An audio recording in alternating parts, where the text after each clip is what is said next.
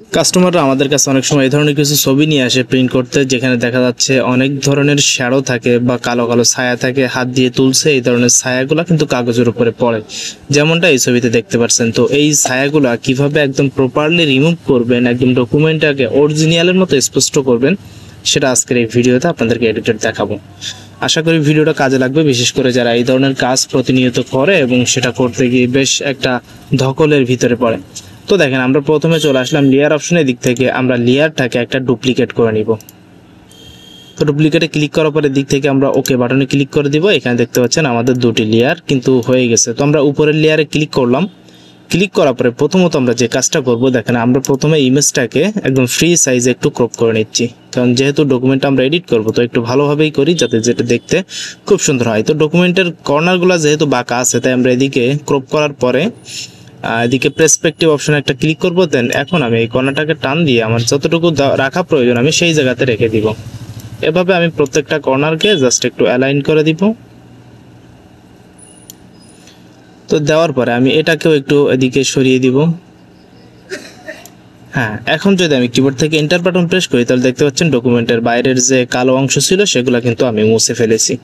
তো এখন আমরা সবার প্রথমে কিবোর্ড থেকে কন্ট্রোল শিফট ইউ তিনটা বাটন একসাথে প্রেস করব, তাহলে ডকুমেন্টটা ব্ল্যাক অ্যান্ড হোয়াইটে কনভার্ট হয়ে যাবে, যেহেতু এখানে কালারফুল কিছু নাই।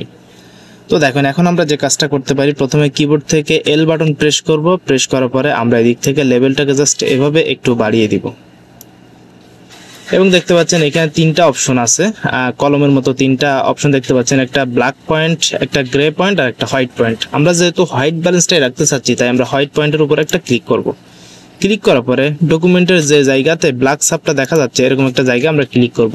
ক্লিক করার সাথে সাথে দেখতে পাচ্ছেন অনেক জায়গার শ্যাডো কিন্তু অলরেডি ইতিমধ্যে রিমুভ হয়ে গেছে, দেখেন আগে যে অবস্থায় ছিল।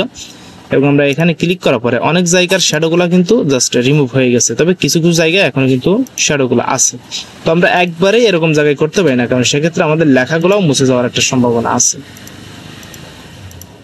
তো আমরা এতটুকুতে রেখে জাস্ট ওকে বাটন একটা প্রেস করলাম। তো এখন আমরা চলে যাবো টুলবার অপশনে। এদিক থেকে দেখতে পাচ্ছেন আমাদের এখানে হাতের মতো একটা অপশন দেখা যাচ্ছে, এটাকে বার্ন টুল বলে। তো আমরা এটাতে মাউসের রাইট বাটনে ক্লিক করব। ক্লিক করলে এদিকে ডস টুল বলে একটা অপশন আছে, তো এটাতে একটা ক্লিক করব। ক্লিক করার পর এদিকে রেঞ্জের একটা অপশন পাবেন, এখানে রেঞ্জ থেকে অবশ্যই এটাকে মিড টোন সিলেক্ট করে দিবেন। এক্সপোজার আপনি 50%ই রাখতে পারেন কাজটা করার জন্য। তো এখন আমি জাস্ট এটাকে একটু পয়েন্টারটা একটু বড় করে নিচ্ছি। বড় করে নেওয়ার পর আমি যদি এবার এই জায়গাগুলোতে এভাবে টান দিই তাহলে দেখতে পাবেন যে এই জায়গার যে শ্যাডো সেগুলো কিন্তু টোটালি রিমুভ হয়ে যাচ্ছে। তো আমি এভাবে করে প্রথম অবস্থায় এই শ্যাডোগুলো আমি একটু রিমুভ করে নিচ্ছি। যদি মনে করেন রিমুভ করতে সময় বেশি লাগতেছে তাহলে আপনি এটাকে জাস্ট 50 থেকে 70 80 এতটুকুতে বাড়িয়ে দিবেন, দেখবেন যে শর্টকাটে হয়ে যাচ্ছে। তবে একটু কম দিয়ে করা ভালো। সেক্ষেত্রে যদি এই ধরনের ডকুমেন্টের উপরের লেখাগুলো করতে চান, দেখেন আমি আবার 50%-এর আশেপাশে নিয়ে যাচ্ছে। এখন এটাকে একটু জুম করে নিলাম। এখন আমি এই জায়গাটা রিমুভ করব, দেখবেন যে খুব সুন্দরভাবে আমার লেখাগুলো কিন্তু রিমুভ হবে না, জাস্ট শ্যাডোটাই রিমুভ হচ্ছে। এখন যদি মনে হয় যে কোনো জায়গায় লেখা একটু অস্পষ্ট হয়ে গেছে তাহলে আবারও চলে যাবেন এখান থেকে বার্ন টুলটাকে নিয়ে নেবেন এবং এটা আপনি সেম ভাবে 50%-এর আশেপাশে রাখবেন। রাখার পরে এর উপর দিয়ে একটু টান দিবেন, দেখবেন যে লেখাগুলো আবারও স্পষ্ট হয়ে যাচ্ছে এবং লেখার যে কালারগুলো একটু অস্পষ্ট হয়ে গেছিল সেটা কিন্তু আবারও ঠিক হয়ে যাচ্ছে। তো এইভাবে করে আপনি ফুল ডকুমেন্টটাকে একদম ক্লিয়ার কাট একটা ডকুমেন্টে রূপান্তর করতে পারবেন, যেটা একদম স্পষ্ট হবে এবং আপনার দেখে মনেই হবে না যে এটা হাতে তোলা কোনো ডকুমেন্ট, এটা দেখেই মনে হবে যে হয়তো এটা স্ক্যান করা। এত সুন্দরভাবে কাজগুলো হবে। তো ভিডিওটা এখানেই শেষ করছি।